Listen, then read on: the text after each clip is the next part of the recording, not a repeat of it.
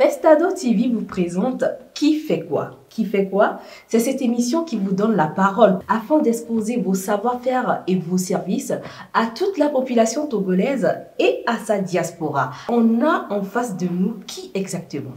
Je réponds au nom de Naïd Ibrahim. Je suis la responsable de Pearl Hair. Pearl Hair? Oui. Ok, alors Pearl Hair, c'est quoi exactement? Pearl Hair, c'est une société de cheveux, de vente de cheveux naturels. D'autres l'appellent cheveux humains. Donc, nous importons des cheveux naturels. Nous faisons dans la vente des perruques et des tissages, des frontales et tout ce qui va avec pour vous rendre belle. On vous retrouve où? À Lomé, nous sommes situés sur le boulevard de la Cara, c'est-à-dire le pavé de Gossimé. Donc, en venant de Todman, nous sommes juste à 300 ou à 500 mètres de la pharmacie Gossimé, à votre droite, avant les rails. Okay. Donc, c'est une boutique rose, jolie, très chic, Pearl Hair. À l'image de la femme. Exactement. Et au Sénégal, nous sommes à Ouakam, juste à côté de la pharmacie Cité Avion. Voilà. Est-ce que vous avez des comptes sociaux? Oui, bien sûr. Nous sommes sur Instagram, Pearl Hair, vous tapez, vous allez nous voir. Facebook, c'est la même chose. Nous sommes également sur TikTok et tous les réseaux sociaux qu'il y a, nous sommes présents. Sur WhatsApp, top. Numéro de téléphone? Voilà, notre numéro de téléphone à Lomé, c'est le 92 46 18 04. Et c'est le numéro qui est également chargé des envois internationaux. Et si vous êtes au Sénégal, vous vous adressez au 78 386 12 25.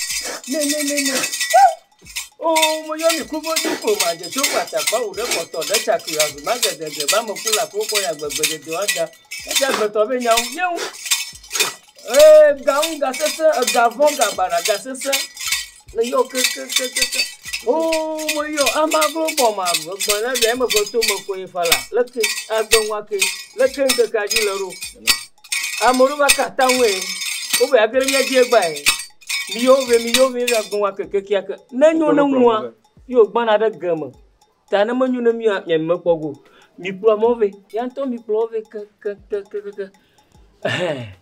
jiwodi moto ma no nya ya gbon nu go funya bamu ya o mo le de munya fusenia o je ne ni mi ve ji apomoda ma o je we asalo wa nga do mi vava kake yo nyaba anyigbama ne me kerenji ko ya ma to nya hogeta adopo vava nkati ma hoto mi ma mi toto e mi to bonwa ere ka to ya ore e ma fa ne mo onde fia ko o ba de fia kwa oba amara gudu eva amana garamo kwa bo mo franci ori so bo we so a fo pa ba na fio ba ji o pa mo ba le pom ina mba ma gare ji jeka me le pom ni magbo me le pom alléluia fonya yesu fonya ngi manga be ko ya ofia ngi bana be ofia ma ba de fonya kwa de mabuno lo agbomo no de ma ba no nya ba da sinya identify agbonya de fia ba nya wa blolo ka franga ba do aside mu na wolo ni amo wona fi olo mo da fokpa afa wo da fokpa ho to gbe ko na juku ka lo lo bo mo ba da fokpa egbo o ma da fokpa ngale jina ba tukara ro gege mi aduma ha mo da fokpa o mi on to le na gbale on to tumu ko tuna no tumu tri na no to o gbe le gbale ya siko tumu tri na no asaba nwe potia mlema nkoma ka yufia zo nkoma na yufia ga yufia zo bezo mato laki fona mi mafo me na mo popo ga fi ento ma gbra na o me va oji me kan ji beta na va do eta na va do na be me enye eta me va do oui onto na amachichi na eyi mgbema anyanwu ta va oji ndo to de kan no kaminya fofo mo nwa fofo nyetwe ala ba ekwe ji miakata na anye joro oyo mo fifia wa onto nya ba nye kplo kwenye ntuvia ye ga nya nyure ba anyi gba madaka he maji ko mia fofo chucho chi horwa into no de dencha ma una yiro de nya ma de jana lota foju ho na yiro de ungo masese mata mabade anya ba anyi gba ka ko poto imia ofo kuare nya nya maga anyi gba na ko ga wa be nu ere chochi akwavo afo bajo do to na se awo ma anyi gba ma hotonya masi na hotowa masi nya nyeba mia fofo alo mia tokwa hamavi o kata oli ti man to mo de na mi o ko sira gbe na va po le ke mi suna gbon abe apply yin ma bubu na ni na nyeba fi ma glom na le ba ya ka va no ya la ma da kukuru ba na ji ta bubu ablan na mata na va jim do a mule ba kura ablan fonya ablan lo le Yesu Kristo no manya jimoro imando jimoro mbaban ko ma ndo ya ga no gbon fi yoro amako anya ma igbeji ka magbo ka maglo ya no masi majoyi ajoina nka mo ne abade funo nye kuro le fi malo afima nye ha fofo nye nyigban fofo nye ba nyigban ato ma no wi ya o ma atiko konkumento afikro yo ma unyo bo nya do to na se papa ntoe chuchochi hoda nyigbaji amavi o sogbonwi hatiri ojo ayi ojo alebe makpogbo e chochi never what ba ko shira gbana po mira amoko papa mo no ya o mo afijo bobajo na ma do piva da shi wi onchi na va gboyan na no plota nya dawde kokopo na no mia po chochi na trojima alebe wi shangu na zonwi baglo novo manyami je bojandra kode mi ewu ha chotia ha fufu nyanto ha ke mangma matrol nka yo to na fudere ha cho bo holo nya glo tiana la matrol nyo yo mo mi ho ni mi o ya le si po wanji o le chochi o mo je kura dumo o je o mo gbagbe ke o le ba plan gbagbe va du da mi je adu agbo adu papa adu koklo adu cha adami bongo le wa to ahone bongo male yima mo ro ga ba no le jo be o plan ko si dagba ba church ya iga anya ma je si yen pepe npepe ma se ko le von poto a mo wie fu a anya ma church ya anya ma iga ncho ko se gba mi no jo ko fuma aholo fuseri aholo fuseri aholo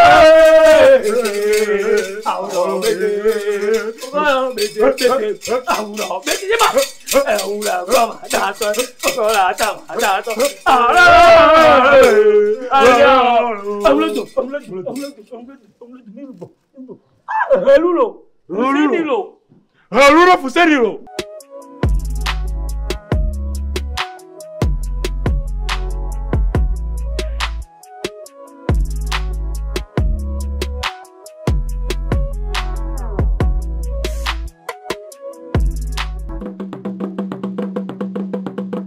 Yo anu yo mo abaya eye to mo ete ko mo koko yo anu nya wu matomado afopa matomado teti tro jimalo vami no papa pe ngogbo papa chochi odo vami no chochi koma le mi asenya ne anya boto igbo mi be anya boto igbo mi la awu suna achawa do mala nyo ko ina na de go promite ntua tro jima va yesubo na podelo gama ni gbon ko mi apo meji ma tro ga wa ho pe na me yo to wi ya do gbedo leki to wi fa ma to ole ya no yore o do ya e yare afonya La femme est au. Ni do. La novio. Oli. La chope est au. Odo. Amelo amo. Oli. La petite amo. Fon. La raison. Mau na yiro gede.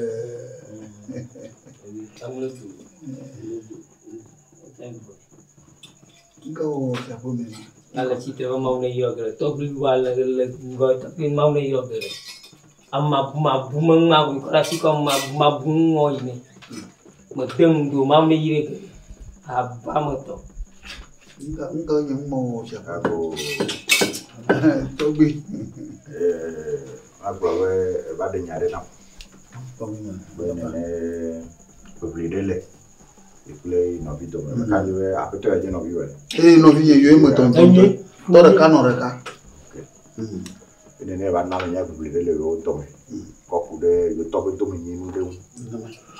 Esta yo ku do ya bene ma biagbe. Ibe tia na. Apeto. Ko so kaka.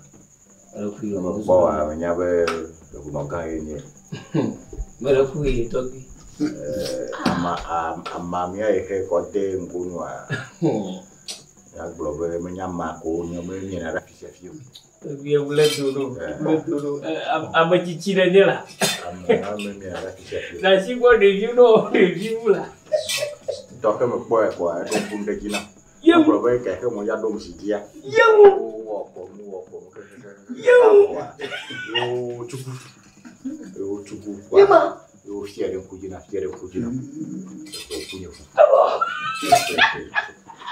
Bolanya bola. Boleh nyala mi bola ke la siang caca ko dunia lah. Efo na biang patano yi. Efo na nyabe yo to. Ba ni badele. Ihe yo to tu bedo hodeji. Tu hodeji. Bedo ho blom to bila.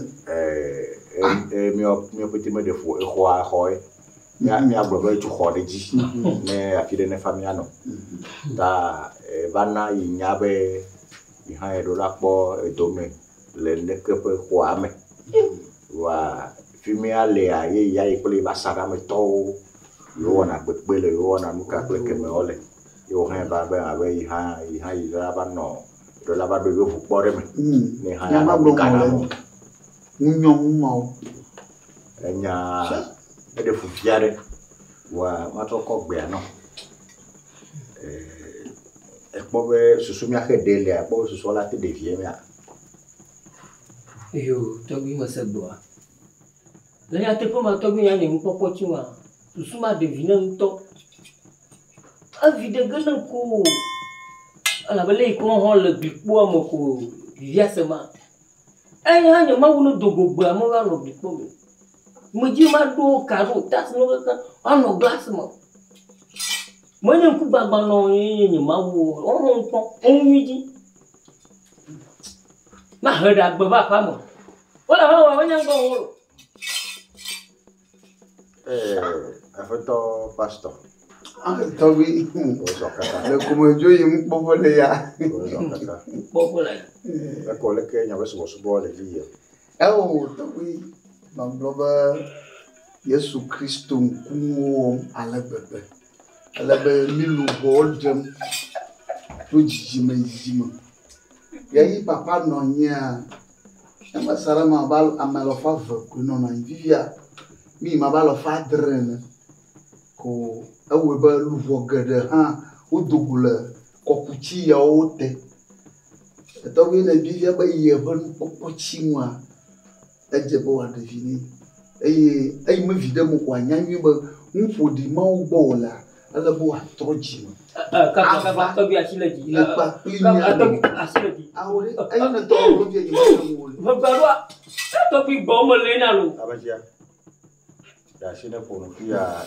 seto me ala bo adu me ga bloga no avinyi ala bo adu bula mfodi ma ava asarama nya subo papa no ni bevie ye me dagra mo do ala bo no bonyela eklokokoji ya ovabare be ya adu vuju opa no lo te pana no boma aw ina mo konya ve no bana omu ni na non vigne yue me to oui te ko ne kata mi le na fo mo ko da fi de Yesu Kristo bon comme fo mu ke de glonya subo ye nya de wa ma ko tata le o me ye me jojinam kun ben fo ne no mi ta flache me jojinam ye me jojinam wa ye nyebe kafla amesia me subo subo ye me ka ye de vio vinyo e na merebe ya wo subo de ya ke ma na nyabe emu ya jojina ye ha le ihe wo ha wo jojina be apeta le ba gbala ibo na la gbala ibo ra si ya e jojina ha be ha le afagara si ta mi ade bu subo si ya de un kafla le pe me ya o ya do fiania me yo na pastor me yo na pastor pe me ka do fiania me ye gomo nye be no do fiania kwa ma ichochi olo ate ba ichochi afa ko wa do fiania le ko nwa nye chochi ko me ye mi do na ele o ma wona la boma le ye ma yi me ya ye mi yana le ke ba me wo ha e gomo nye be yo hon to pele yo ha o to pele mi to ke ake nye be amesia be ne lector asi amerika me ga bro be ito enyo wu ino bito alo ito ko e wa se ino bito ya minyo apeto moto be senya o emi ke mia ore ma na ko nye be apeto pastor Foseni yenye chichia to anya emi ke po mia ofia ko nye be nya jira anigba pe khoa emi jira anigba pe khoa nenya amaga le fike ni magale ya eyi he ya mesia mento tuosi mi ho be akoyi toko be wa e akobe fla nigba bubu le kope ke madame yo ka nigba o ka po viere o fia o le he ya gbe we kwa awe ko na fi de ne fa nyano a peto pastor Foseni to bi segbe ara mo segbe to bi mo re ku mo segbe Tobi ta flache menye de magbe onya yin brofia olo fi ma church hwala bene ne mo no chan le papa ba agbeno yo akai papa jo voa church me vio ku choka mi bubo tira hwalo yin na ma nenye be no vinya te pa jimela o madefo ma ji te pa de ne no reno be chi me fiere no o e mo le nya bunya te bu ma o bu wo ni na Yesu Kristo le china no vinya viena boya no blo no ba ye agbe ka ko hala mu yo ma afude na nya vie afude na nya ocha me senyawa ole pe me bi dona lo de bede amebo gbo mo na amebo ine gbo to ka be akogbo a na be gbo fu le fo na be gbo jiri na o jifi gbo a na fi de akogbo to gbo be nya ba sara me to joga e mi ko bodo kwa eji ha anigba eji ke mi twiro ha mi ple no vi o to me nyimwe Yesu Kristo mi ple no vi o to me nyimwe ta fia de mi tuna kere jojo nyim o bla don ko ba ija mi nya be jara anigba ple no o kete ile bi nya amaga yo to wi ga nyiro mare ku kuma seba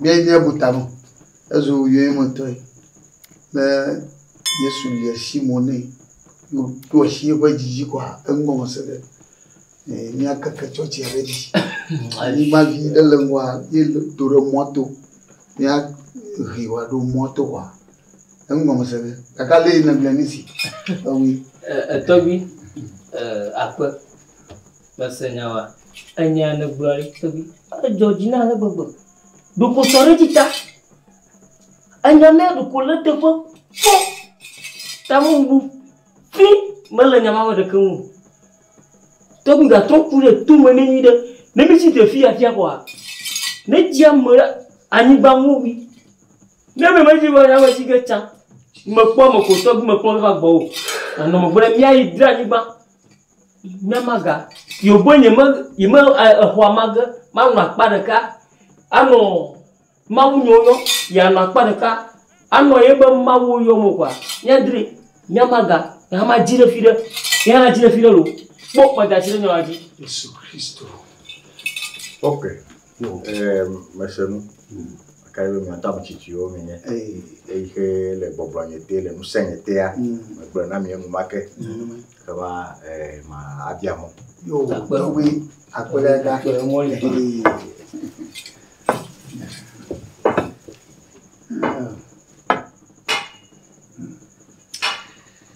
Ihuachi, plani Makamore. Fumido de Chia, Makamore. Manomina, the Kamatu Yinyo. Makaya Gadabora Bonio. Nana a Pegiona Zula Kushiji. No book away, Yesu Christ. I just see it. One got quite a while. Amen. Only a small amount on the way Yesu Christ. Bajo Chababana Vagbonyede. Then you Butamuntonto. Agbebalea. Now, dollar Wichimo. Alors, nous chami jinna la ni maïa. A poga to baleam.